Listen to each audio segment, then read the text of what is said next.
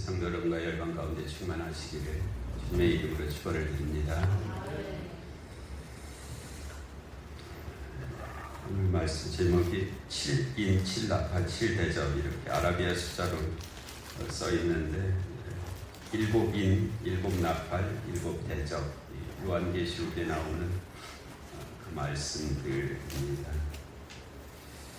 사도 요한이 이제 요한계시록을 쓰셨을 것으로 이렇게 여기고 있습니다.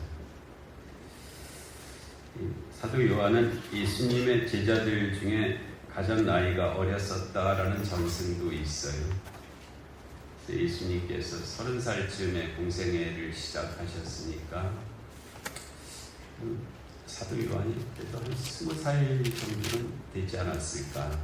가장 어린 나이로 따지면 그 정도 되지 않았을까. 그렇게 생각되고 사도 요한께서 이제 요한복음, 요한 1, 2, 3서, 요한계시록을 쓰셨을 것으로 여기고 있는데 요한계시록이 가장 나중에 쓰여졌거든요. 요한복음도 복음서 중에서는 가장 늦게 쓰여졌습니다. 추후 한 90년 그 정도까지도 생각을 해요. 예수님께서 부활 승천하신 게 추후 30년경이니까 60년 후에 요한복음이 쓰여졌을 것으로 이렇게 여겨지고 있고요. 그 중간 어딘쯤에 요한 1, 2, 3서가 쓰여졌을 것이고 요한계시록은 추후 90년을 좀 넘어서 기록되지 않았을까 하는 그런 생각들이 있습니다.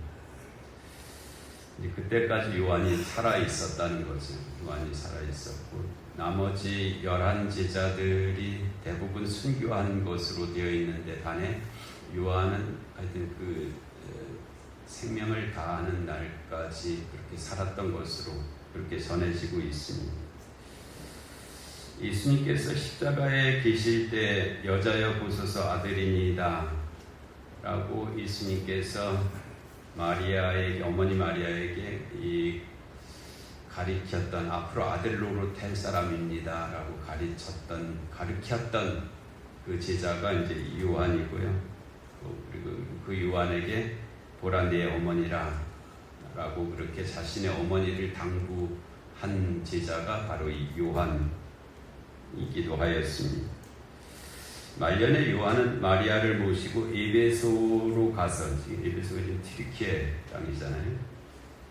그 에베소로 가서 사역을 했다고 하는 전승이 있습니다.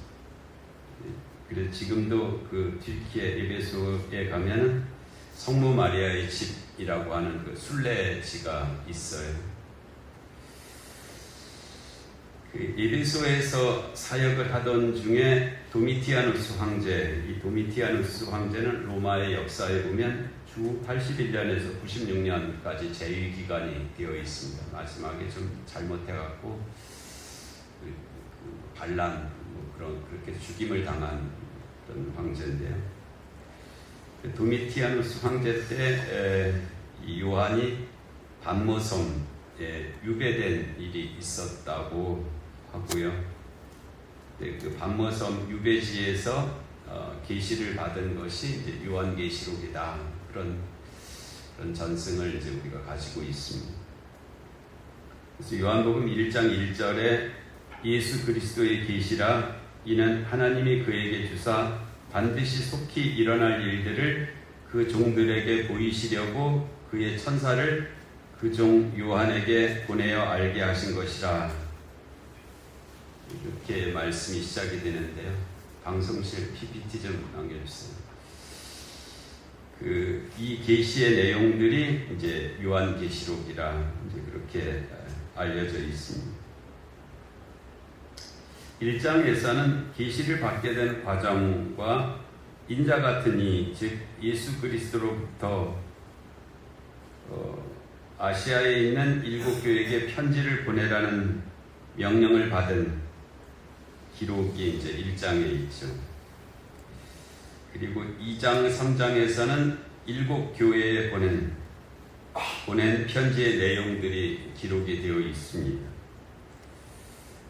이 소아시아 7교회라고 일컬어지는 이 교회들 에베소, 서머나, 빌라델비아, 두아디라, 사대, 버가모 이런 그 서신들을 읽어보면서 예를 들어서 빌라델비아 교회 같은 경우는 칭찬만 있고 책망이 없는 그런 교회로 되어 있어요. 사대 교회, 두아디라, 라오디기아 교회 같은 경우는 책망이 많고 칭찬은 없는 그런 교회로 되어 있습니다. 그래서 광동교회에다가 편지를 보내신다면 뭐라고 썼을까? 그런 생각이 있어요. 광동교회에다가 편지를 보내시면 그 내용이 뭐라고 기록되어 있을까? 그런 생각을 하면서 그 부분을 읽게 됩니다. 4장에서는 요한은 하늘의 열린 문을 통하여 올라가 예언의 말씀을 듣게 됩니다. 장소가 바뀌었어요. 1, 2, 3장은 이제 지상에서의 일이고요. 4장서부터는 이제 천상으로 올라가서 그가 듣게 된 계시의 내용들입니다. 4장 1절에 이 일 후에 내가 보니 하늘에 열린 문이 있는데, 그래서 교회 이름 열린문 교회 꽤 많잖아요. 그래서 여기저기 보면 열린문 교회라고 이렇게 교회 이름을 정한 곳이 있습니다. 내가 들은 바 처음에 내게 말하던 나팔 소리 같은 그 음성이 이르되 이리로 올라오라. 이후에 마땅히 일어날 일들을 내가 내게 보이리라. 이 말씀이 이제 이 일곱 인, 일곱 나팔, 일곱 대접의 재앙에 관한 그런 말씀들입니다. 하늘에 이제 올라갔어요. 사도 요한이 하늘에 올라가니까 보좌에 앉으신 이가 계셨고요. 그 보좌에 앉으신 이의 오른손에 두루마리가 있었습니다. 그리고 그 두루마리가 7인으로 봉해 있었어요. 이 인이라고 하는 것은 도장이라는 뜻인데요. 그 로마 시대 때로 보면은 이제 어떤 문서를 밀봉을 해서 다른 사람이 못 보게, 그리고 열어볼 수 없도록 거기다 촛농을 떨어뜨리잖아요. 그리고 거기다 도장을 찍습니다. 그래서 그 도장의 권한이 없이는 이 문서를 열어서는 안 된다. 그런 거예요. 인이라는 것이. 그래서 7인으로 봉해 있었는데 어린 양 되시는 예수 그리스도께서 그 두루마리를 받으시죠. 그리고 그 인을 이제 떼어가기 시작하셨습니다. 6장 1절에 내가 보매 어린 양이 7인 중에 하나를 떼시는데 그때 내가 들으니 네 생물 중에 하나가 우레소리 같이 말하되 오라 하기로. 그래서 7인의 심판은 계시록 6장 1절에서 8장 1절까지, 물론 다른 내용이 중간에 있긴 합니다만 그 내용들이 쭉 이어지는데요. 하나님의 두루마리를 어린 양 예수 그리스도께서 하나씩 떼실 때 인류 역사 속에서 전개될 종말적 심판의 서막, 7인은 큰 틀을 말씀을 하시고 있죠. 이와 같은 일들이 장차 이루어지리라, 있으리라 하신 말씀이에요. 그러니까 하나님께서는 항상 구약에는 어떻게 말씀하셨냐면 먼저 선지자들을 보내서 내가 할 일을 먼저 말하게 하리라 그랬어요. 그리고 나서 하나님이 하시고자 하는 일이 이루어지리라 그렇게 말씀. 무슨 뜻이냐면 핑계할 수 없다는, 몰랐습니다, 못 들었습니다, 이런 말 할 수 없다는, 이미 다 말씀하시고 그 말씀대로 이루시리라. 근데 이미 말씀하시는데 못 들었습니다, 몰랐습니다, 이렇게 말을 할 수 없다는 거죠. 첫째 인을 떼었더니 흰 말이 나타났어요. 그래서 거기 그 흰 말이 정복과 승리를 상징한다 그런 표현들이 있는데 좋은 의미를 일 것 같지는 않아요. 여기 4말이 연속 등장하는데 다 이제 심판과 재앙에 관한 의미이기 때문에 이 첫째 말, 이 흰 말도 거짓 평화의 시대 정도의 의미지 않을까.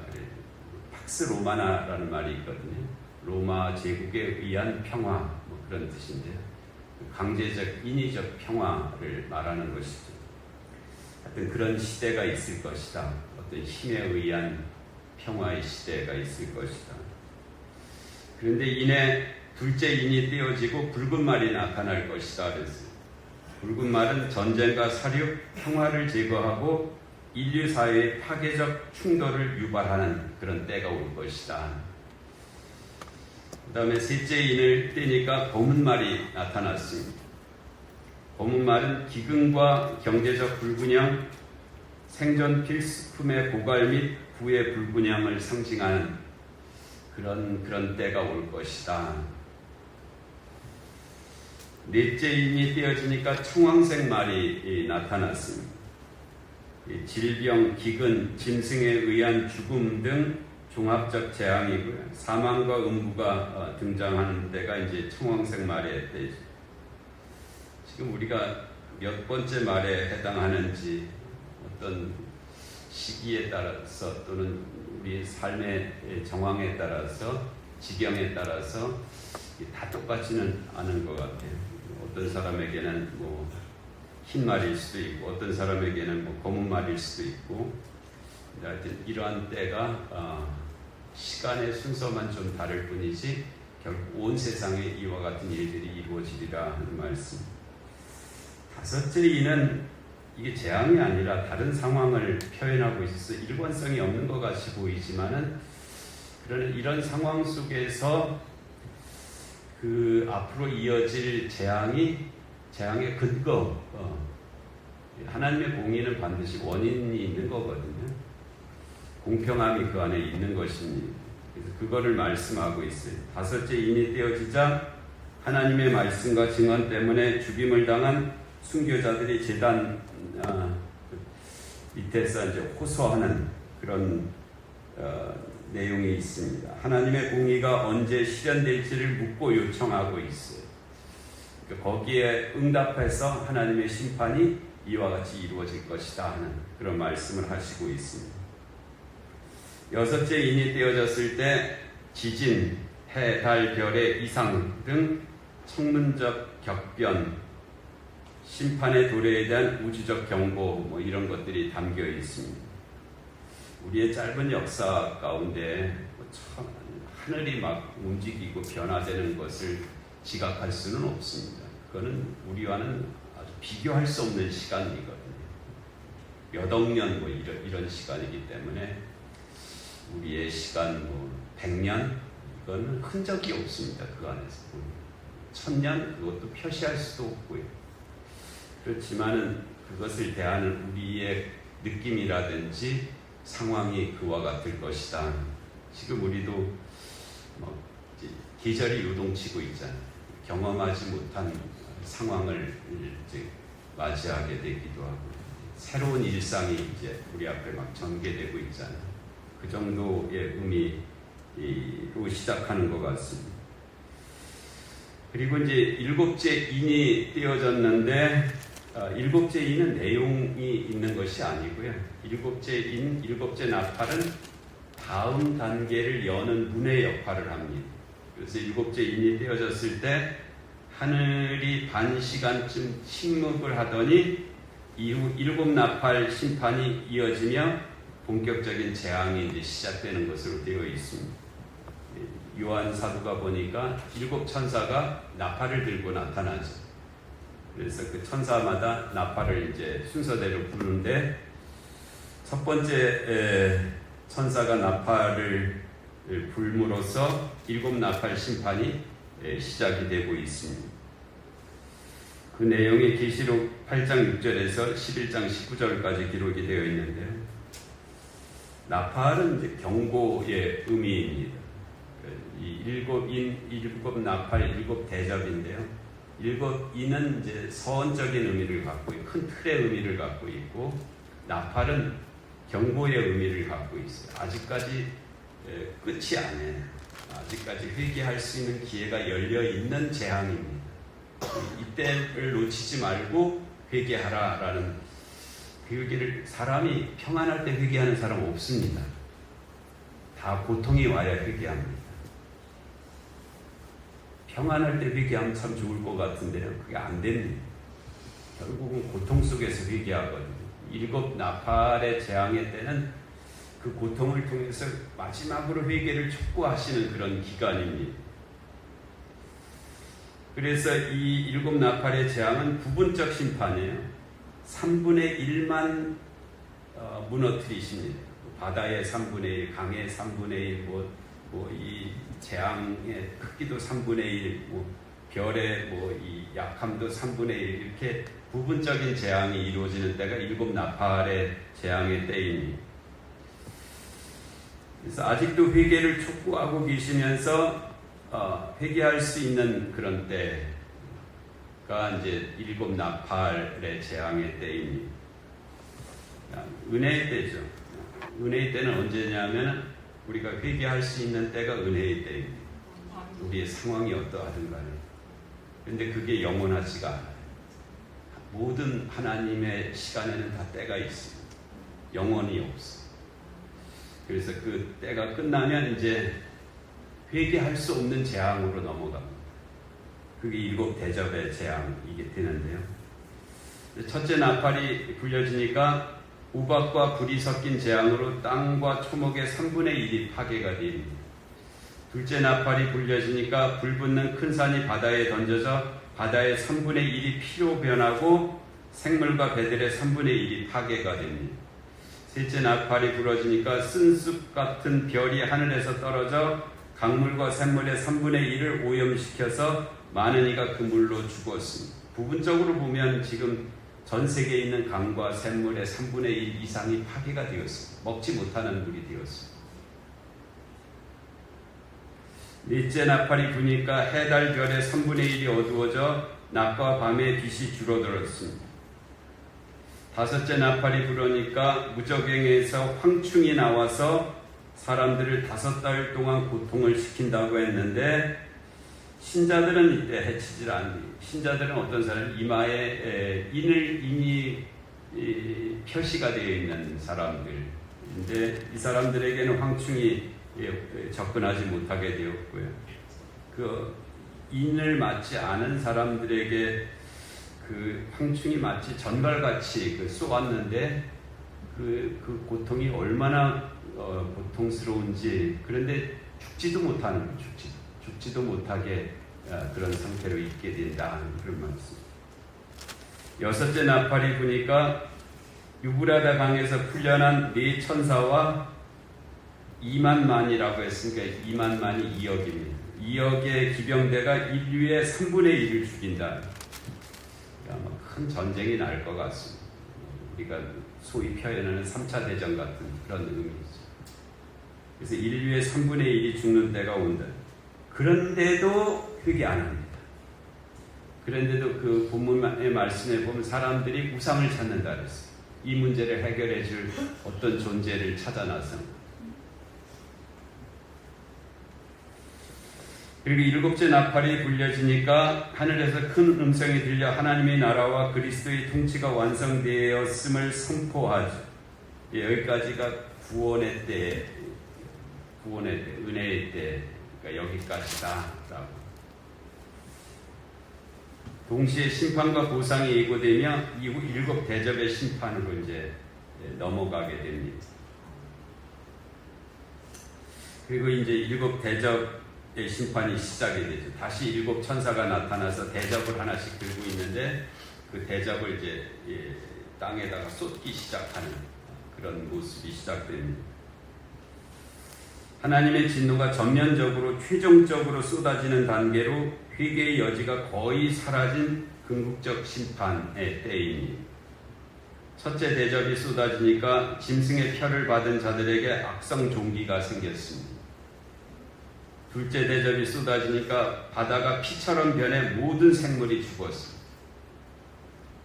셋째 대접이 쏟아지니까 강과 물이 피로 변했습니다. 그러니까 이 나팔 때는 3분의 1만 그렇게 돼 있거든요. 근데 이제 대접의 재앙으로 가서는 모든 바다, 강, 모든 다 전부가 그렇게 된다는. 넷째 대접이 쏟아지니까 태양의 열기가 사람들을 불러 태웠다. 다섯째 대접이 쏟아지니까 짐승의 왕국에 어둠이 임하고 극심한 고통이 따른다. 지금 우리가 밖에 사실 우리가 좋은 조건의 건물 안에 있으니까 우리가 지금 살지, 지금도 밖에 나가서 있으면 밖에서 생활하시는 분들이 있죠. 정말 태양이 너무 뜨겁잖아요. 우리 태우는 것 같이, 익히는 것 같은 그런 열기 속에서 우리가 지금 살아가고 있습니다. 여섯째 대접이 쏟아지니까 유브레데 강이 말라 아마겟돈 전쟁을 위한 악의 연합군이 준비됩니다. 아마겟돈이란 말이 많이 나오죠. 영화로도 나왔고, 이 하르무기또라는 히브리어를 헬라어로 만드는 과정에서 아마겟돈이라는 말이 만들어졌습니다. 뜻은 무기또의 산, 하르가 산이라는 뜻인데, 하르무기또, 거기에서 큰 전쟁이 있을 것이다, 그런 것으로 여겨지는 그런 이스라엘 북쪽에 있는 한 지명 이름입니다.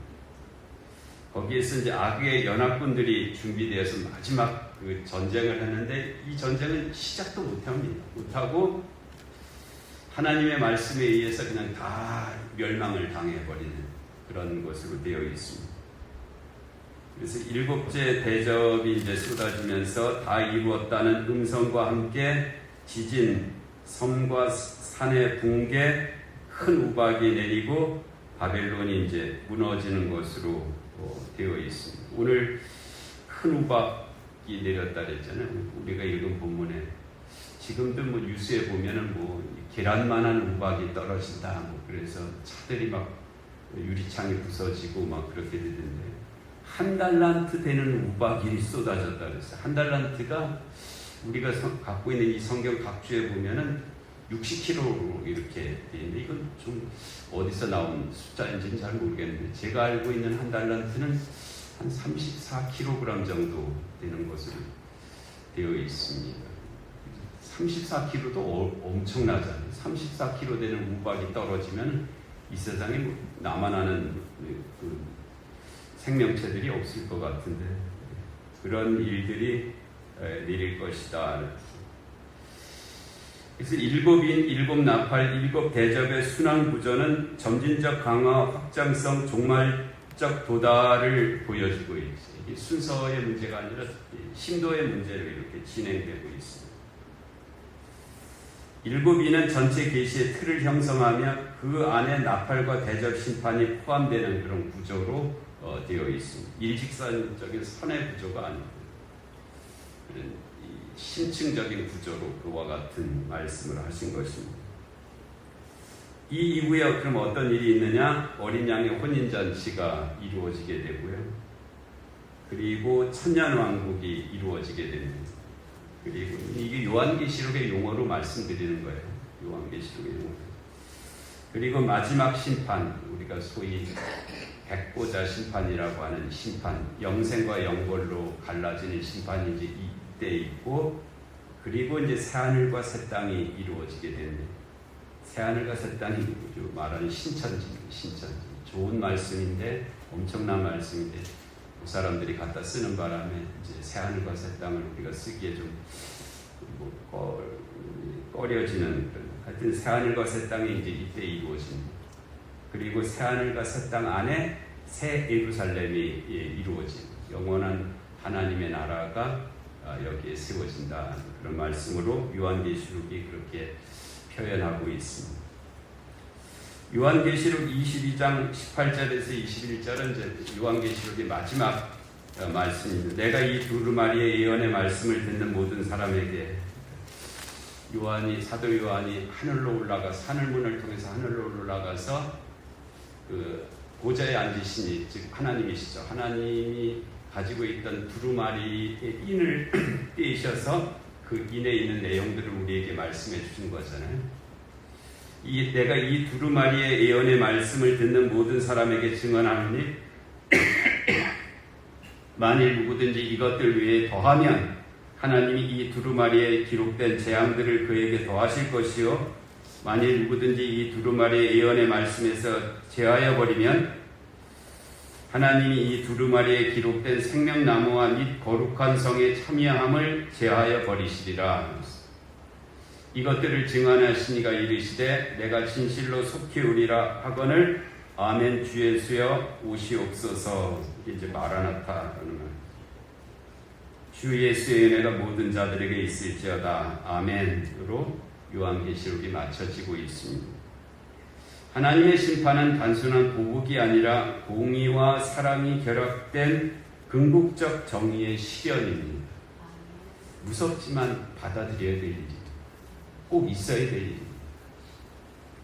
특히 나팔 심판까지는 회개와 구원의 문이 열려 있음을 주지해야 하며 대접 심판은 회개를 거부한 자들에 대한 최후의 판결로 나타납니다. 그러니까 지금의 상태도 몹시 어려운 상황에 우리가 있는 것은 사실이지만 아직까지 회개의 문은 열려 있다는 것입니다. 궁극적으로 심판의 목적은 하나님의 나라가 온전히 임하고 바벨론과 짐승이 멸망하며 새하늘과 새 땅의 도래를 준비하는 데 있습니다. 하나님의 역사가 그와 같이 이루어질 것입니다. 구약은 예수 그리스도께서 구원자로 이 세상에 오실 것에 대한 약속이죠. 약자가 약속이거든요. 인약속. 예수 그리스도께서 구원자로 이 세상에 오실 것이다. 그 인약속 이루어졌잖아요. 성탄하신 예수 그리스도를 통해서 이루어졌습니다. 신약, 새로운 약속이죠. 예수 그리스도께서 심판자로 이 세상에 다시 오실 것에 대한 약속입니다. 아직 이루어지지 않았죠. 그러나 장차 이루어질 일입니다. 우리는 재림주로 오시는 예수 그리스도를 맞이할 준비를 하며 살아야 됩니다. 그게 신랑으로 오시는 주님을 신부된 우리가 의의 세마포 옷을 입고 맞을 준비를 해야 된다. 그런 식으로 이제 요한계시록이 표현한 바로 그 말씀입니다. 그래서 오늘 우리가 부른 찬송에도 그 주를 맞을 준비를 우리가 하고 있느냐 그런 찬송을 부릅니다. 그리고 또 하나 우리 개인은 그런 준비를 해야 될 뿐더러 또 하나 우리가 해야 될 일이 있는데 심판주로 오시는 예수 그리스도를 세상에 전파하며 살아야 할 사명을 가지고 있습니다. 만일 어떤 사람이 나 주님이 다시 온다는 말, 심판주로 오신다는 말 못 들었어 하면 그 책임을 우리에게 물으시겠다고 했습니다. 우리의 가까운 사람들이 나 그 얘기 못 들었어. 들은 적이 없어. 라고 누군가가 나의 가까운 주변에 있는 사람이 누군가가 그렇게 말한다면 그 책임을 너에게 묻겠다라고 말씀하셨어요. 그것이 우리가 감당해야 될 그런 사명입니다. 이 모든 일에 주님의 은총이 함께 하실 줄로 믿습니다. 은혜로우신 하나님 아버지, 7인과 7나팔과 7대접의 기간을 거쳐서 이제 주님께서 다시 오신다고 말씀하셨는데 주님을 맞이할 준비를 저희들이 하게 하여 주옵시고 또 심판주로 오시는 주님을 세상에 증거하는 그런 저희들의 삶이 되게 하여 주시옵소서. 예수님의 이름으로 기도하옵나이다. 아멘.